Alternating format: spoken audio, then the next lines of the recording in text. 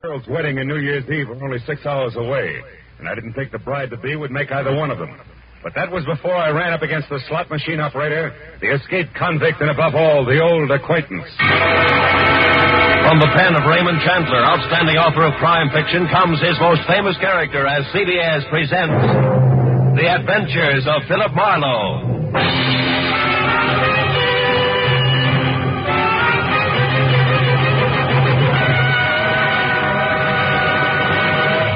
And now, with Gerald Moore, starred as Philip Marlowe, we bring you tonight's exciting story, The Old Acquaintance.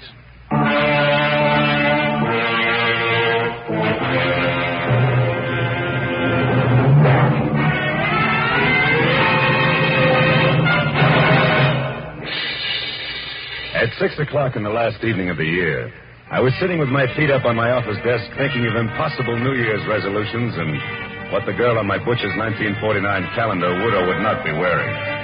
But at that present point, there was a soft, almost apologetic knock on my office door. I said come in and saw a quiet man in quiet clothes who extended a quiet hand. He introduced himself as Paul Riker, a Beverly Hills insurance broker. But the tremor in his voice said very worried client, which on New Year's Eve was something I could do without. Mr. Marlowe, you've got to find Nancy Marshall for me. Just for a springboard, Mr. Riker, who is Nancy Marshall? She's my fiancée. We were to be married at my place in Beverly Hills tonight. On New Year's Eve? Yes, you see, it was at a New Year's Eve party a year ago that we met for the first time. Yeah. When'd you last hear from her? 2 hours ago. She called and said that she was in terrible trouble, that nobody, especially the police, could help her, that the wedding was off. I see. You're sure it's not just a matter of your being left at the altar, huh? Another man? Oh, no. I'm certain that's not it. Now, please, Mr. Marlowe, will you help me? Mr. Riker, to you, New Year's Eve means wedding bells, but to me, it's something else, specifically a cozy little apartment on Wilshire Boulevard where there's a very nice girl and a couple of chilled bottles of sham. Oh, what is it, Mr. Marlowe? What's wrong? Somebody outside. Riker, get away from my door, quick! Whoever threw those shots through the frosted glass of my office door wasn't interested in checking up on his marksmanship, because by the time I got to my feet, he was taking the stairs to the street. When I got outside, I was just in time to see him pile into a pickup truck and roar off. The best I could do was get a face full of exhaust fumes and the last 3 numbers on his license plate, which read 711. When I got back to Riker and the glass on my office floor, I found the potential groom whiter, shakier, and less quiet than at our first meeting. Marlowe, did you get him? Do you know who it was? No, I don't. Now, relax a minute, Riker, and Yes. Who could possibly object to you and Nancy getting married? But that's just it. There's nobody I know of, Mr. Marlowe, and I'm positive that the same is true of Nancy. All right, now tell me, where does Nancy live? In a villa at 1428 North Havenhurst Drive, number 12. Mm-hmm. But I've already been there, and she's gone. Were you inside? No, the door was locked. But, Mr. Marlowe, I thought you had specific plans for this evening. I do. But from the way things stack up right now, they've got a better chance of keeping than Nancy Marshall. Now, look, go back to your place in Beverly Hills, stay away from frosted glass windows, and wait till you hear from me. We're real lucky, Mr. Riker. It still might turn out to be a happy New Year.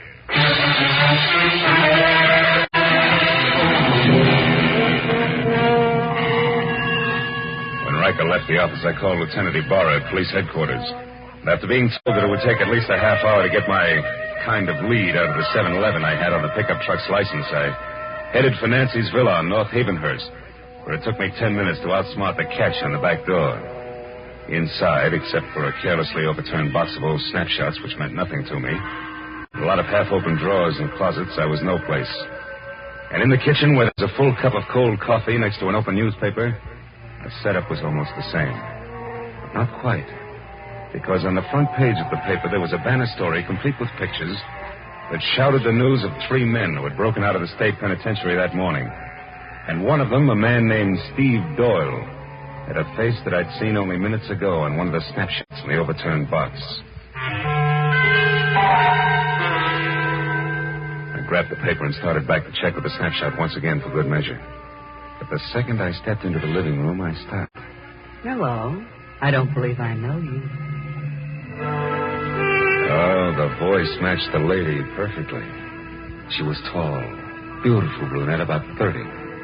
Wearing a beige metallic wool jersey that covered more curves than a ride on a roller coaster. But the large monogrammed A on her purse meant that this was not the woman who had planned to marry Paul Riker. I said I don't believe I know you.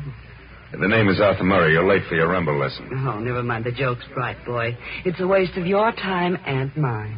All right, then we'll play it very straight. My name is Philip Marlowe. I'm a private detective, and I'm working for a very worried man. Now you, what's your connection with Nancy Marshall? I'm just, shall we say, an old acquaintance? That's all. Not enough. I'll prime the pump some more. I was hired to find Nancy, who seems to be in a lot of trouble. And coincidentally in trouble on the same day that Steve Doyle breaks out of stir. Now, once more, exactly where do you fit in? I don't think I'll tell you, Mr. Marlowe. If you don't mind. Well, pearl handle, huh? Very chic. But deadly. Now get from that closet there, Marlowe. Go on. All right. Just so we don't go through this same routine when we meet again, and we will. Who are you? Oh, you don't listen very carefully, Marlowe. I've already told you that I'm an old acquaintance. It's the season for them, remember? Now get in there and shut up.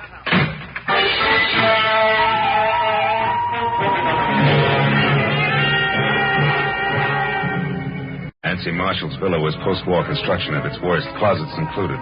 So I didn't stay tucked away with the mothballs any longer than it takes to say old acquaintance. The minute I kicked my way out, I went right for the telephone in my only 100% bona fide lead. The number's 711.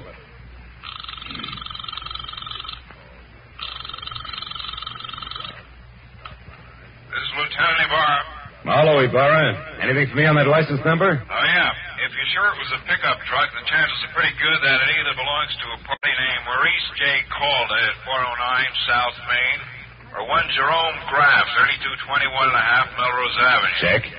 What's up, Phil? Anything I might be interested in? That depends. Ever hear of a guy named Steve Doyle? One of that gang that broke out this morning? The very same. Matter of fact, he's probably driving that pickup truck right now. Oh. But look, Ibarra, I think I know what I'm doing, so how about letting me run this end of it until I get stuck? Well, there's a girl named Nancy Marshall mixed up in this, and a delay at this time might cost her her life. All right, I'll stay clear, Phil, for a while. Good. But just so you don't get too careless, remember, Doyle got out of jail this morning the hard way. He killed 2 guards. Oh, fine. Goodbye, Marlowe.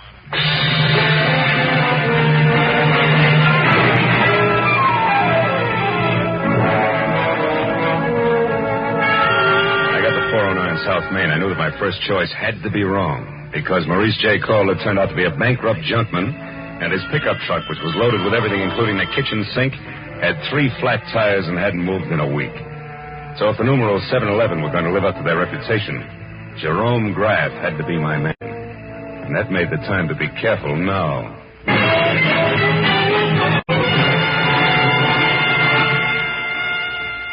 3221.5 Melrose was a quiet cottage set back about 50 weed-covered feet from the sidewalk. And from the rusted sign, Jerry Graff, mechanic, dangling at a crazy angle from a weather-beaten beam over the front door, I gathered that the place doubled as both Mr. Graff's living quarters and shop.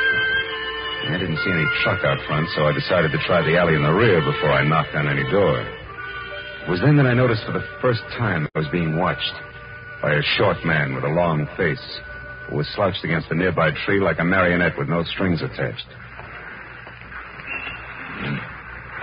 If you're lost, mister, maybe I can help you. Maybe? I was looking for a pickup truck. Seen one around? A pickup truck? Mm-hmm. Now, I wonder what that could be. Well, it's a small deal, about a half a ton, and... Oh, I get it. Okay, here. Here's 5. Now my question. Jerry Graff owns a pickup truck, but it ain't here. It's been out since dark. But Jerry's in. He's working late tonight. Working at what? Come on, you got your 5. Talk. Okay. It ain't no secret. Jerry's a nursemaid for one-armed bandits. Slot machines, huh? Is that his record? Yeah. He used to be a big boy with them, too. But times have changed. Now he just works on them for other guys. What other guys? Oh, mister, I wouldn't answer that for even another 5. I wouldn't stay in business very long if I did. But I'll tell you one thing for free in case you're going to visit Jerry. What's that? Watch out for him. He's a very nasty man. Thanks, but I can take care of myself, Buster.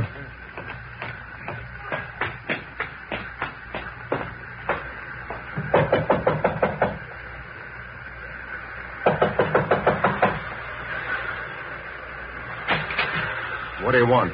Information. Where's your pickup truck, Beth? Somebody stole it, but he didn't leave his card. Why, what are you, a private dick? That's right, but one that works close to the law. So why don't we call the boys in blue and tell them all about it? The cops? No, wait a minute. I don't like the law pattern around here. Come on in. I'll tell you what you want to know. Let's not skip any of the details, huh? Like, for example, the name Steve Doyle. Doyle? I don't know. Well, okay, fella, you win. The story goes something like this. Want to try again? Maybe a monkey wrench will convince you. You don't throw any straight in your talk. Come on. What do you say? Do we play some more? Come on, talk. Come on. Wait up. What talk? All right. Good enough. So far, I know a girl named Nancy Marshall's in some kind of trouble because Steve Doyle broke out of the pen this morning. Now, you fill in the blank. Oh, sure. Why not? Oh, Steve Doyle, he used to be crazy about Nancy, but she didn't go for him. About a year ago, a little more, maybe, Steve got picked up knocking over a grocery store. He figured he was caught because Nancy tipped the law to get him out of her hair. Now he's out to get Nancy for revenge, is that it? Yeah, that's it. And anyone who's close to her gets the same treatment. Now, chummy. Now, tell me, was Doyle here? Is he the one who's driving a pickup truck? Yeah, but it wasn't my idea. He shoved a gun in my face, said we were old friends, and asked for the keys. You know where he is now? No, but if I did, I'd keep it to myself. Doyle's full of hate, brother. You can count on that. Now, what do you say about clearing out of here?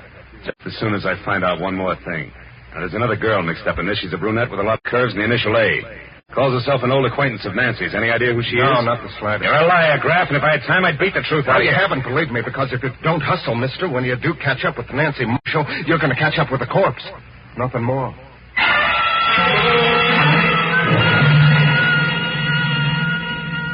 When I got outside, two things stood out in my mind like a pair of cleats at Carnegie Hall. First, my client's fiancée was not the most innocent dame in Greater Los Angeles. And second, I wasn't going to get any place until I could locate the old acquaintance. But then, just as I started for my car, the slouch who had sold me the dirty thumbnail sketch on Jerry Graff came running toward me.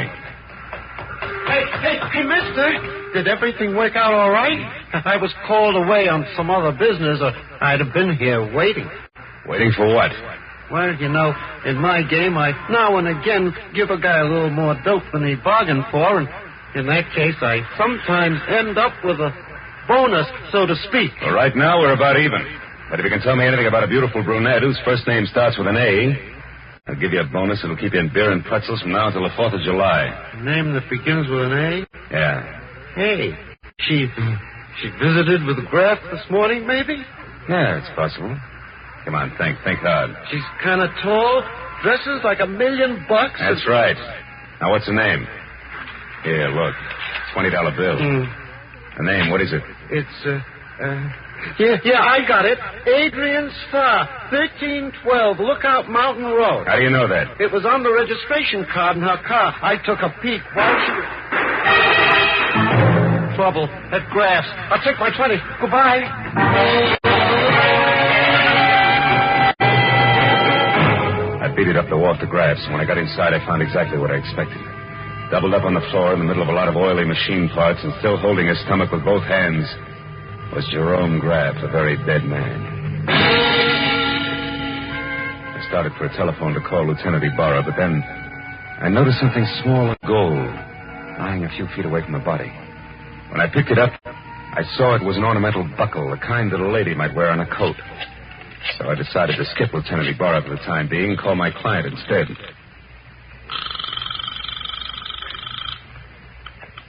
Hello? This is Marlowe, Riker. Oh, yes, Marlowe. What is it? What have you found out? Quite a bit. But first, I've got to know one thing. Does Nancy Marshall have a gold belt buckle? Gold belt buckle? Yeah. Why, yes, she does on her black coat. But what about it, Marlowe? What does it mean? I'm not sure, Mr. Riker. But it may mean that Nancy Marshall just killed a man.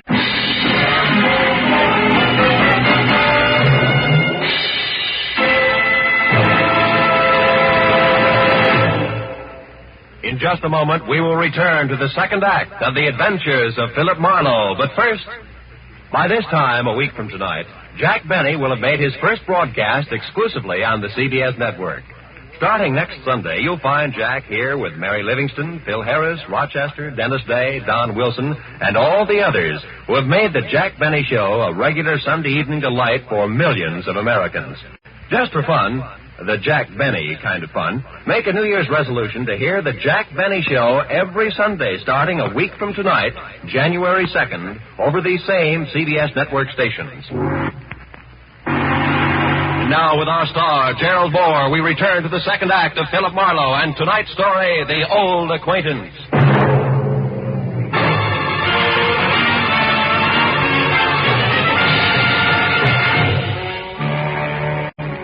told Paul Riker that the chances were good that his bride-to-be had just knocked off a slot machine operator. My client reacted like I'd kicked him in the stomach. When he caught his breath again, he started telling me I was wrong and didn't stop until I hung up on him. Next thing on the agenda was I called on Lieutenant Ibarra.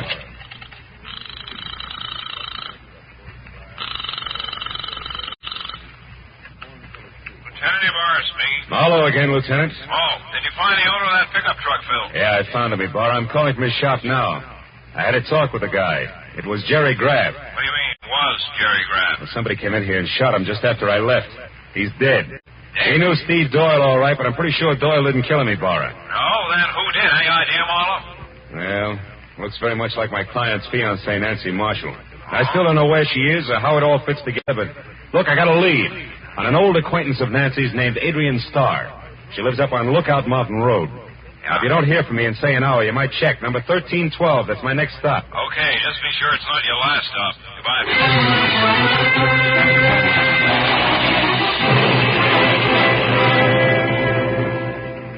I drove up Laurel Canyon to Lookout Mountain. The only sign of life was a young couple parked where they could look down at the city lights, if they wanted to.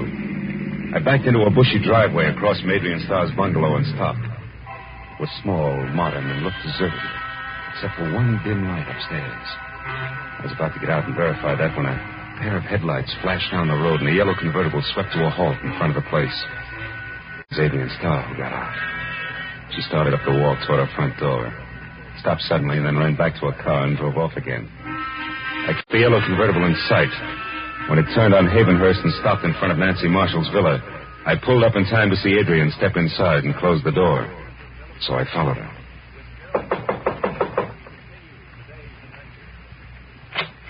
Marlowe, what do you want? I want to know what Jerry Graff means to you, Adrian. I don't know any Jerry Graff, so it means nothing. Come on, stop it. You went down to his shop to see him this morning. I thought you might like to know that he's dead. Mm-hmm. And the cops are hungry for anybody who so much as knew his name. Maybe I better come inside and talk it over, don't you think? Yeah, maybe you better. Just a minute. Thanks.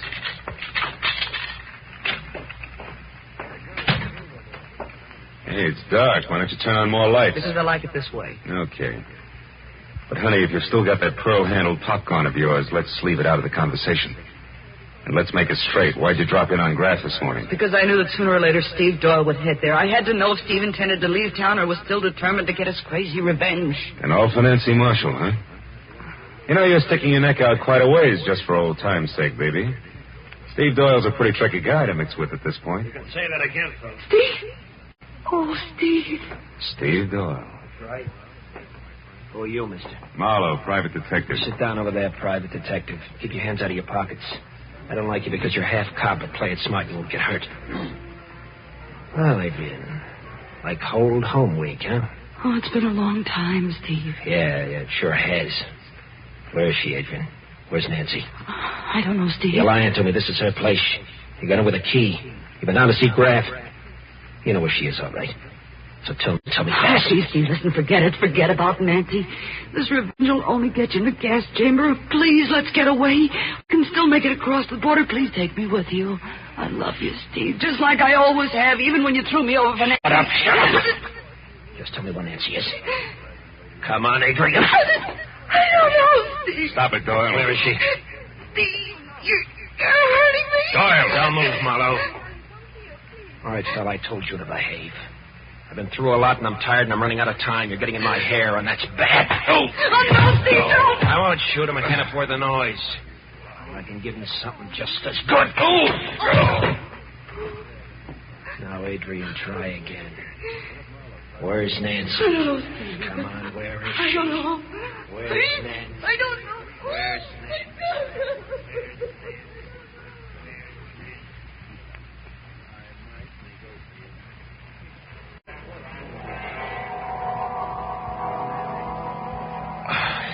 I couldn't remember where I was. Or how long I'd been lying there, but gradually I got the crazy idea that I was being robbed by a very unhappy crook. Because I was sure that somebody was crying and going through my pockets at the same time. Oh, I tried to open my eyes. But all I could see was a little gold buckle danced back and forth in front of me. When it finally disappeared altogether, I rolled over and to hold myself up onto my knees. And then it all came rushing back to me. I'd been in Nancy Marshall's villa with Steve Doyle and Adrian Starr. Only they were gone now, and I was alone. I heard a car start outside, so I got on my feet and made it along the wall to the door. It was Adrian, and she was behind the wheel of my coupe. Stay away from me, Marlowe. Where's Doyle? He took my car. He's going up to Nancy. I've got to stop him, Marlowe, so get out of the way. Somehow I managed to jump back just in time to keep from getting a press job with the tread of my own fist tires. And it took 10 minutes of steady concentration to get it through my throbbing head that Adrian had actually stolen my car and was gone. Oh, the cold air must have helped me because one thought led to another, and I finally began to separate the facts from the fancies. I hadn't dreamed all I thought I had. And when I realized that, the whole idea hit me, and hit me hard. I knew that I'd better get out to Lookout Mountain in a hurry. I made it to Sunset, hailed a cab, and collapsed in it. Where to, mister? Lookout Mountain Road. Get fast. Oh, it's rugged in this part. New Year's Eve, you know. Here's $10. Does that help? It's important. Oh, it helps plenty. I know, great shortcut. A new road that's not yet finished. But how are you on bumps? Few more won't matter, pal. Let's go.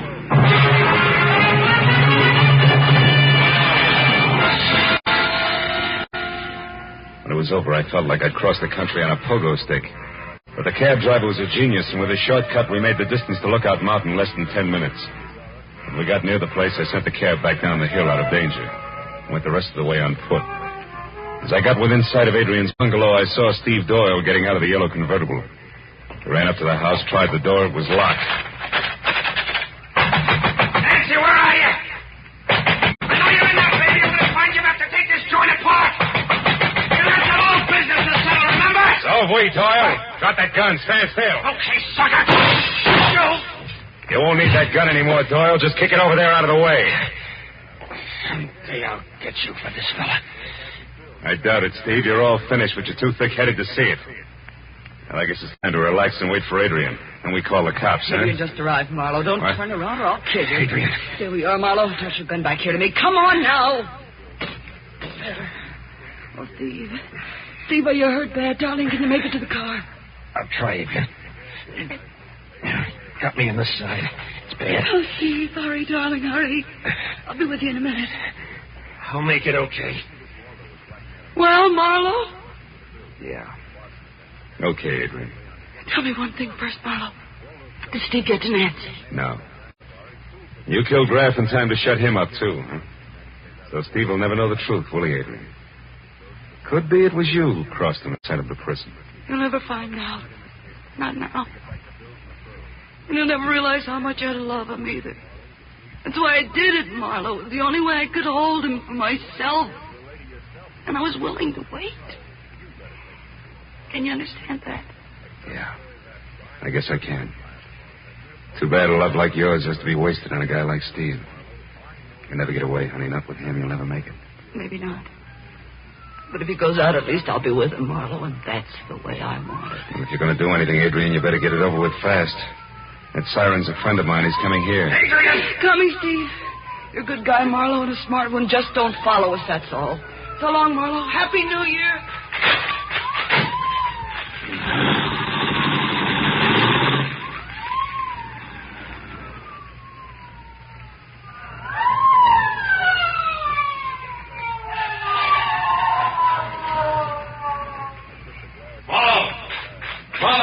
Just pull out of here. Who is in it? Steve Doyle and Adrian Starr, Ibarra. That road makes a horseshoe turn. That'll bring them out down below us there, that junction.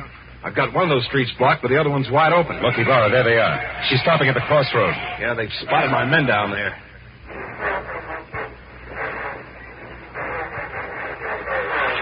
She's turning around. They're heading out the other way. She must be crazy, Marlowe. They'll never make that curve at that speed. They're not slowing down, Ibarra. She's heading straight for that stone wall.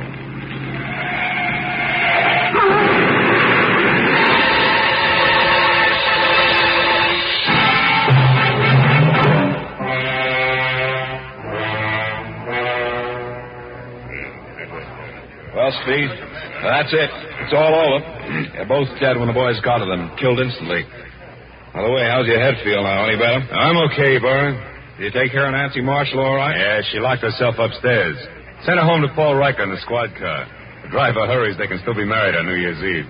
Yeah, the pegged is Jerry Graff's killer earlier tonight, Marlowe. What made you change your mind? Well, I found a gold buckle near Graff's body bar. I figured it was a fancy little belt buckle that Nancy had dropped. But I saw exactly the same buckle when I was coming to after Doyle hit me on the head. And it wasn't on a belt, it was on a shoe. Adrian's shoe. It was a mate to the one I'd found. Once you knew Adrian Starr killed Graff, you put the rest of it together, is that it? Uh-huh. See, for a price, Graff helped Adrian double-cross Steve. She had to kill him to keep him from talking. She hid Nancy out for the same reason. If she knew that if Steve ever got to Nancy, he'd learn the truth. I wonder why she didn't kill Nancy, too. I think she intended to, Ibarra. And she did it all, really, because she loved the guy too much. Strange deal, Marlowe, right to the end. You know, she didn't have a chance to make that curve down there the way she was driving. Not even if she wanted to make it, Ibarra. Yeah. Well, it's 5 minutes to midnight, Phil. Happy New Year, fella. I want to see a lot of you in 1949. Same to you, Lieutenant. Good night.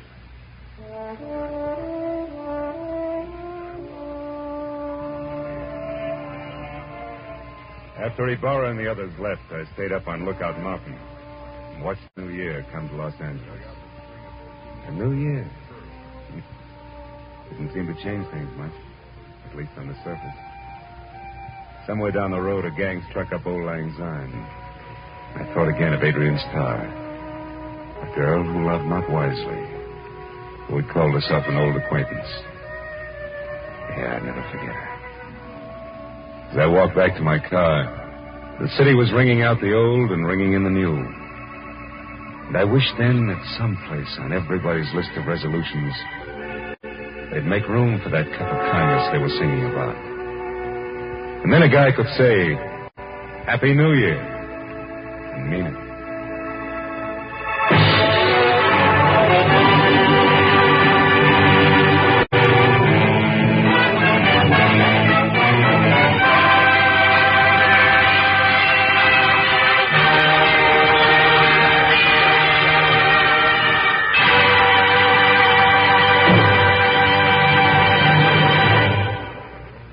The Adventures of Philip Marlowe, created by Raymond Chandler, stars Gerald Moore, and is produced and directed by Norman MacDonald.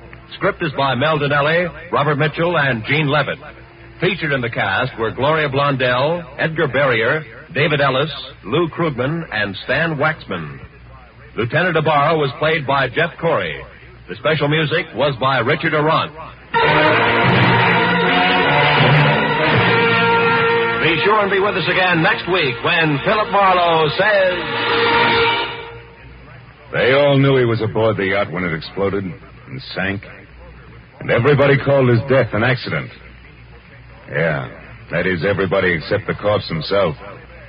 He said it was murder.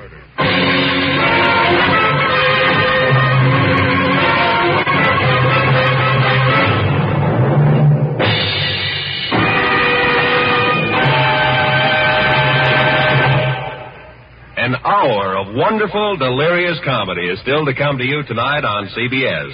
You'll soon hear Hollywood's Eve Arden starring as the unusual schoolmistress, our Miss Brooks. Later, Lum and Abner will open the doors of the Jot 'em Down store in Pine Ridge, Arkansas, and let you stock up on the last from their never-failing supply of wisdom and good humor. Our Miss Brooks, starring Eve Arden, is heard at 9:30. And Lum and Abner at 10 o'clock, both Eastern Standard Time, over most of these same CBS network stations. Starring on the Electric Theater, which follows immediately, over most of these same CBS stations.